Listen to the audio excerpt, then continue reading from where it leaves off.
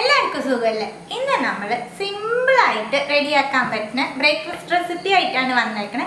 മിക്ക വീടുകളിലും ഇത് ചെയ്യണ ബ്രേക്ക്ഫാസ്റ്റ് തന്നെയാണ്, പക്ഷെ അത് തന്നെ കുറച്ചും കൂടി വെറൈറ്റി ആയിട്ടാണ് ചെയ്തേക്കണത്. 1.5 കപ്പ് അവല് ബൗളിലേക്ക് ഇട്ട് കൊടുക്കാം. അവല് കുതിർത്താനായിട്ട് കുറച്ച് വെള്ളം ചേർക്കുന്നുണ്ട്. ഏത് അവല് വേണമെങ്കിലും യൂസ് ചെയ്യാട്ട. അവല് കുതിർന്ന് കഴിയുമ്പോഴേക്ക് നമുക്കൊരു മിക്സ് റെഡിയാക്കാം. പാനിലേക്ക് 1 ടീസ്പൂൺ ഓയിൽ ചേർക്കുന്നുണ്ട്. 1/4 ടീസ്പൂൺ കടുക് പൊട്ടുമ്പോൾ 1/4 ടീസ്പൂൺ ജീരകം, പകുതി സവാള, 1 പച്ചമുളക്, കുറച്ച് വേപ്പില, 1/2 ടീസ്പൂൺ കടലപ്പരിപ്പ് എല്ലാം മിക്സ് ചെയ്ത് കൊടുത്തിട്ട് സവാള ഒന്ന് സോഫ്റ്റ് ആക്കി എടുക്കും. സവാള നല്ലോണം സോഫ്റ്റ് ആക്കിയിട്ട് ഫ്ലെയിം ഓഫ് ആക്കിയിട്ട് ഇത് അവലിലേക്ക് ചേർത്ത് കൊടുക്കാം. അവലിന് ആവശ്യമായിട്ട് ഉപ്പ് ചേർക്കുന്നുണ്ട്. എല്ലാം നല്ലോണം മിക്സ് ചെയ്യാം. നിങ്ങൾ കട്ടിയുള്ള അവിലാണ് എടുക്കണമെന്നുണ്ടെങ്കിൽ നല്ലോണം കുതിർന്നതിൻ്റെ ശേഷം ഈ മിക്സ് ചേർത്താൽ മതിയിട്ടാ. സ്പൂൺ വെച്ച് മിക്സ് ചെയ്ത് കഴിഞ്ഞതിന് ശേഷം കൈ വെച്ച് നല്ല സോഫ്റ്റ് ആയിട്ട് നമുക്കൊന്ന് കുഴച്ചെടുക്കാം. ഇതിലേക്ക് 1 ടീസ്പൂൺ അരിപ്പൊടി ചേർക്കുന്നുണ്ട്. കയ്യിൽ കുറച്ച് ഓയിൽ സ്പ്രെഡ് ചെയ്തിട്ട് കുഴയ്ക്കാം. ദോവ് പോലെ കുഴച്ചെടുത്തുട്ടാ. നിങ്ങൾ കുഴയ്ക്കുമ്പോൾ കയ്യിൽ വല്ലാണ്ട് ഒട്ടിപ്പിടിക്കുകയാണെന്നുണ്ടെങ്കിൽ കുറച്ച് എണ്ണ സ്പ്രെഡ് ചെയ്തോളൂ. ഇനി നമുക്കിത് ചെറിയ ചെറിയ ബോൾസ് ആക്കാം. കുറച്ച് എണ്ണ കയ്യിലേക്ക് ഇതേക്കുണ്ട്. എത്ര വലുപ്പത്തിൽ വേണോ അതനുസരിച്ച് ബോൾസ് ആക്കിക്കോളൂ.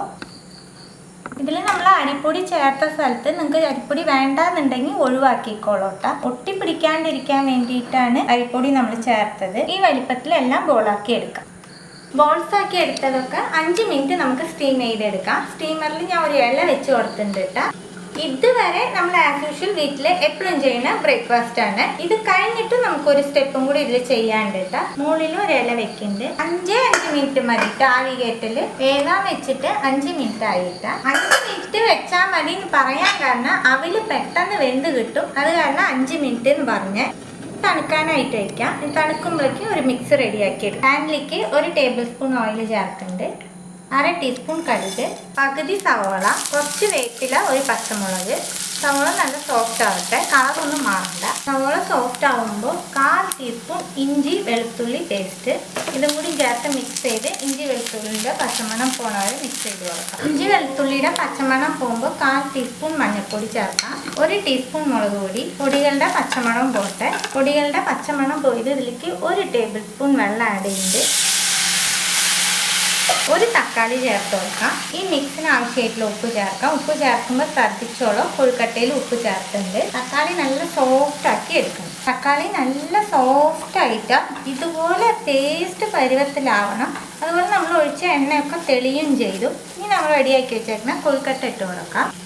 ഇതെല്ലാം ഇനി മിക്സ് ചെയ്യാം. എല്ലാം മിക്സ് ചെയ്ത് കൊടുത്തതിന് ശേഷം കൊഴുക്കട്ട ഈ മസാലയിൽ 1 മിനിറ്റ് നമുക്ക് കുക്ക് ചെയ്തെടുക്കാം. 1 മിനിറ്റ് മസാലയിൽ കുക്ക് ചെയ്തെടുത്തതിന് ശേഷം കുറച്ച് മല്ലിയിലയും കൂടിയിട്ട് ഫ്ലെയിം ഓഫ് ആക്കാം. ഇത്രയേ ഉള്ളൂ കേട്ടോ. സിമ്പിളായിട്ടും കുറച്ച് വെറൈറ്റി ആയിട്ടും ഒരു ബ്രേക്ക്ഫാസ്റ്റ് റെസിപ്പി. എല്ലാവരും തീർച്ചയായിട്ടും ട്രൈ ചെയ്ത് നോക്കണം. ട്രൈ ചെയ്ത് നിങ്ങളുടെ ഫീഡ്ബാക്കൊക്കെ അറിയിക്കുക. പുതിയ റെസിപ്പി ആയിട്ട് അടുത്ത വീഡിയോയിൽ കാണാം. See you. Bye.